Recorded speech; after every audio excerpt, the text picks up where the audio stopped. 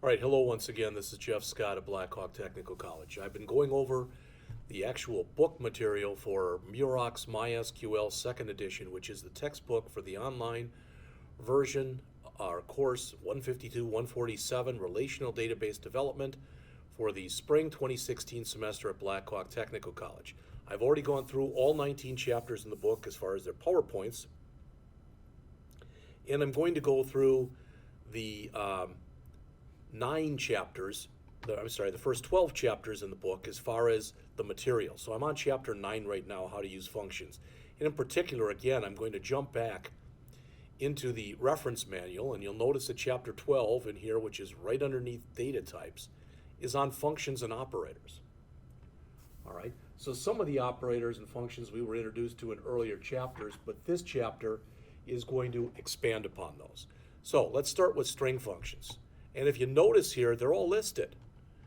And this is a hyperlinked list, all right? And if I choose one of them, such as concat, which we've already looked at, it gives me an explanation of what it is, how it's used, what it returns, and then there's an actual example also, which is really nice. Then there's the concat WS for word separator or concatenate with separator, all right? But they talk about the trim and the L trim, etc. We've looked at those in other classes. You've looked at length before in other classes. So there are some really good examples in here, all right, of different things to look at. So let's jump back for a second into here and let's look at the example that is shown right here. You should now be able to look at this and read this, and ideally at least, it should make sense to you. So we want the vendor name, and along with the vendor name, we want a concat, and our separator is going to be a comma and a space. All right? So what we want to do is we want to take the vendor last name, comma, space, the vendor first name. All right? So there's the vendor name. There's the contact, last name, comma, first name, all right? And we want to call that contact name. Then we want to grab the rightmost 8 positions from the vendor phone number, all right? But only do that where the leftmost are this. So in other words, what I want is I want you to find every area code of 559, strip off the 559 and the parentheses and the space afterwards, and just give me the remaining 8 characters. So we're using 2 different string functions, 3 different string functions there, the concat with separator, the right and the left, to build myself something that is there, but I'm mining just the information that I want out of it.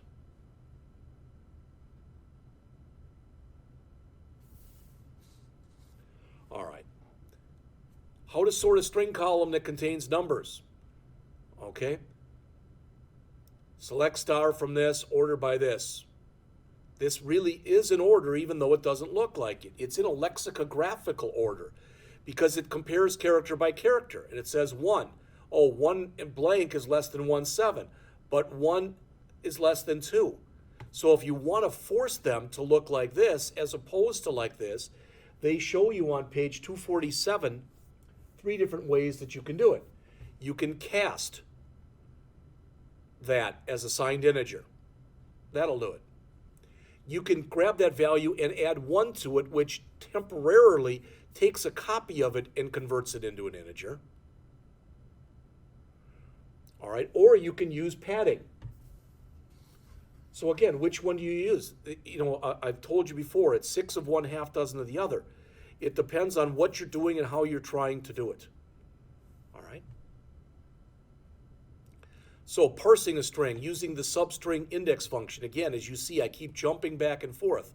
But if I come through here and I look long enough, all right, because it's in alphabetic order,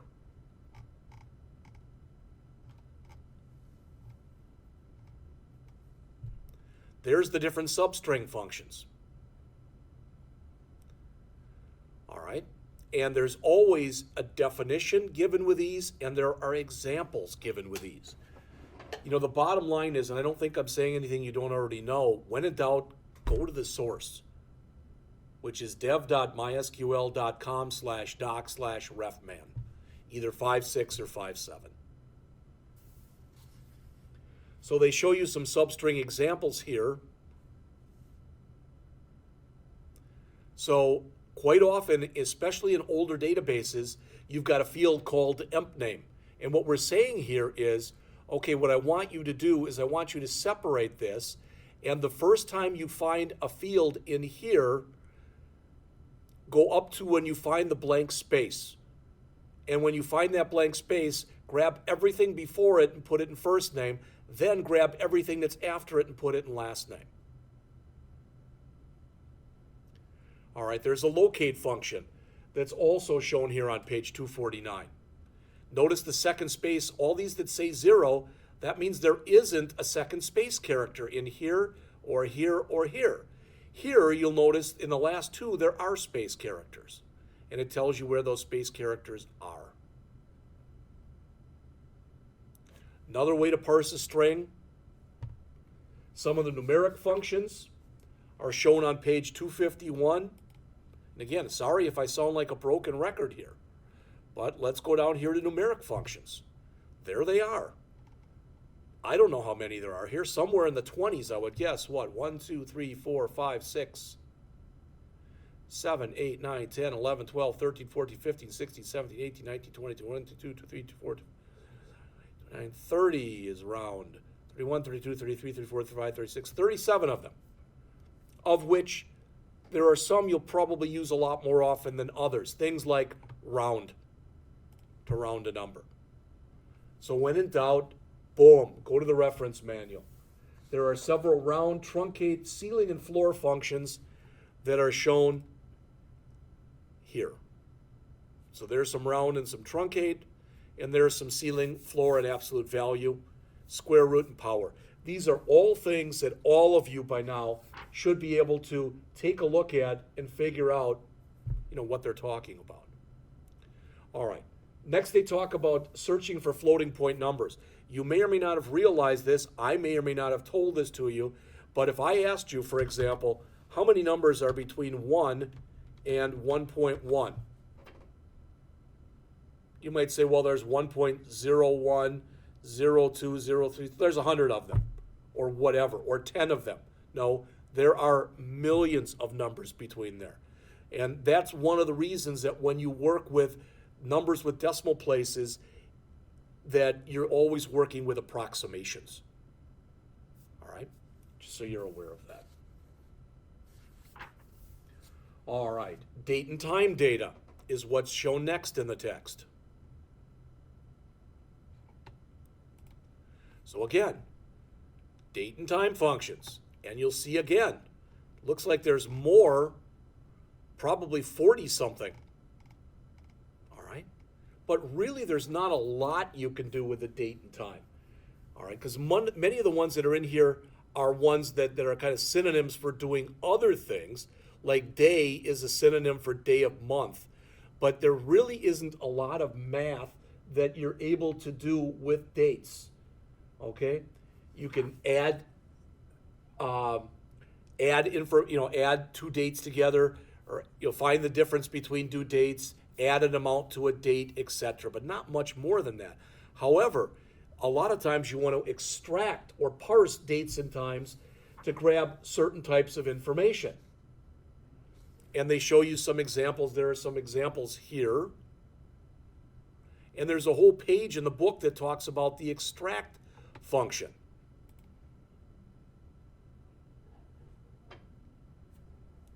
And that gives you some extract examples here.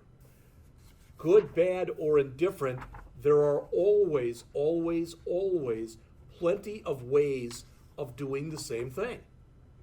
So what it's giving you here are some different ways of doing the same types of things.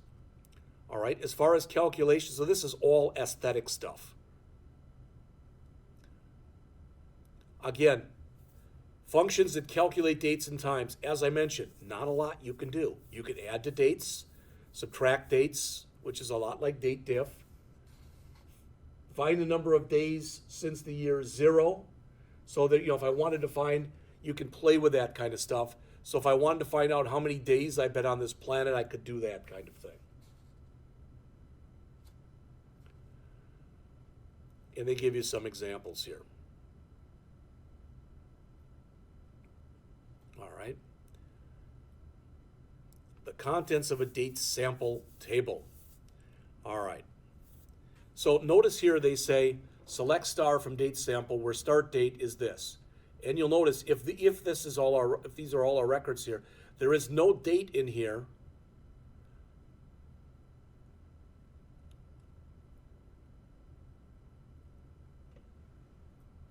that actually has a start date of 2014-2/28. Well, it looks like this one is, but it's also got the time with it. All right. So, do you care about the time? Well, they talk about how you can ignore the time, and they give you examples on page 265. All right. I just want to jump ahead to the thing where they start talking in here about functions that you'd probably use a little bit more often. Such as on pages 268 and 270. These are actual programming functions. We've used case in different languages.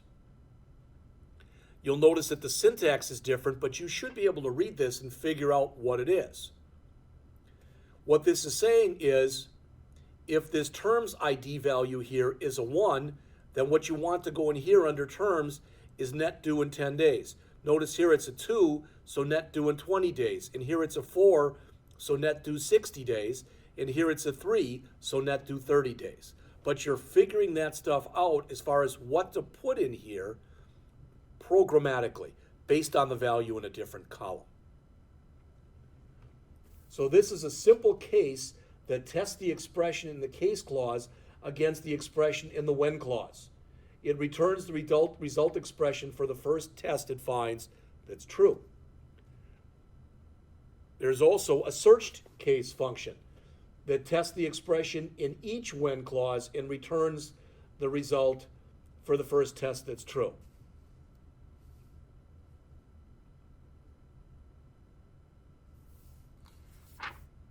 Finally,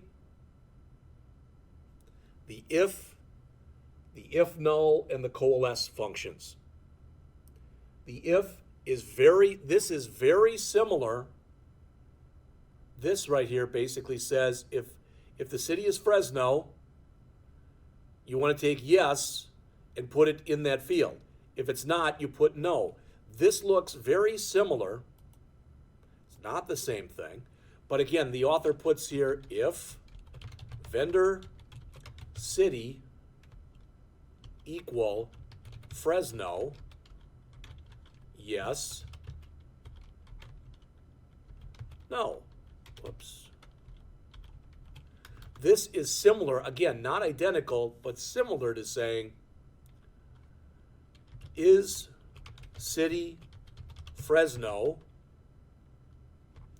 equals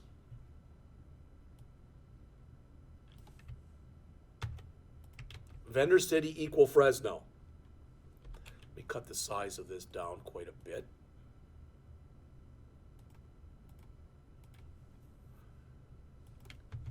Question mark, yes, colon, no. And the only reason I'm bringing that up is this is how you do it in most programming languages. This is how we're doing a similar operation in MySQL. So the if function lets you test an expression and return one value if it's true and another one if it's false. All right? There's also a couple more in here. There's an if null. The if null returns the first expression that's not null. Otherwise, it returns the replacement value that you specify. So notice, if there is a payment date, it returns it. If there's no payment date, it returns no payment. And then finally, the coalesce function returns the first expression in the list that is not null. If all of them are null, it returns a null value. So you say, well, they look the same. They're used in this case identically. And that's it. So we've crossed out yet another chapter. So we've now gone through the first two sections of the book. Section 3 in the book, which is the last section that I'm going to go over, consists of 3 different chapters. Chapters 10, 11, and 12. Chapter 10, for some reason it's not coming up right now, but chapter 10 is on how to design a database.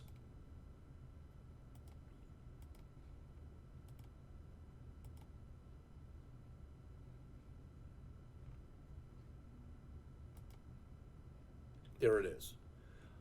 This also goes into the topic of normalization. So out of the 3 lectures, this will be the longest. All right. Then we'll go into chapter 11, which is on how to create databases, tables, and indices. So these are some more DDL, data definition language. Finally, we'll go into chapter 12, which is a short chapter on how to create views, and a view is a saved query. All right. So I will come back with those 3 chapters very shortly.